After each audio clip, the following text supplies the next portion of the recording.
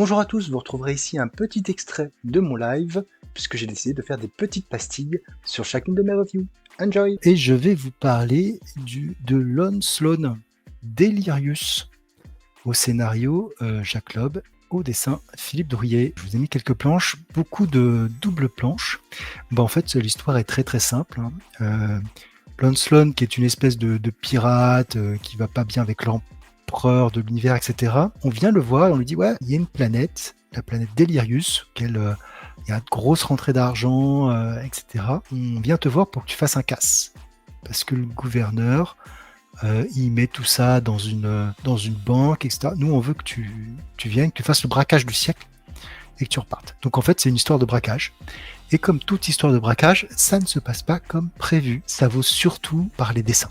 Voilà, le scénario, comme je l'ai dit, peut tenir sur un ticket de métro. Pas grand-chose de plus à dire que l'histoire du braquage, avec tout ce... En fait, vous imaginez un braquage avec tout ce qu'il peut y avoir comme rebondissement, et bien c'est dedans. Voilà. Donc, mais graphiquement, c'est une véritable claque. Voilà, ça, c'est une des premières plages. On peut voir voilà, Drouillet hyper détaillé, hyper original dans la structure. Moi, j'ai pris claque sur claque à la lecture de cette BD. Drouillet, je connaissais sans connaître, en fait, et je découvre, grâce à la médiathèque, plusieurs de ses titres. Je me demande même si je me prendrais pas... je crois qu'il existe une intégrale de Lon Sloan ou de Salambo. Et franchement, il nous rend des planches, mais c'est juste hallucinant de détails. Ça fourmille, en fait.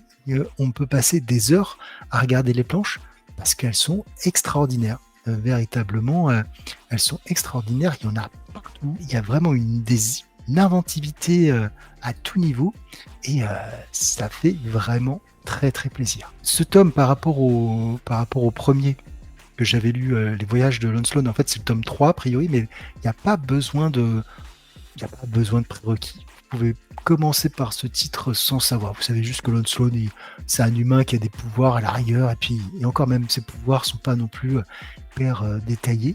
Et vraiment, voilà. Donc, grosse claque graphique pour une histoire simple, mais efficace. Si vous aimez, voilà, je vous incite à regarder, parce que ça vaut vraiment le coup.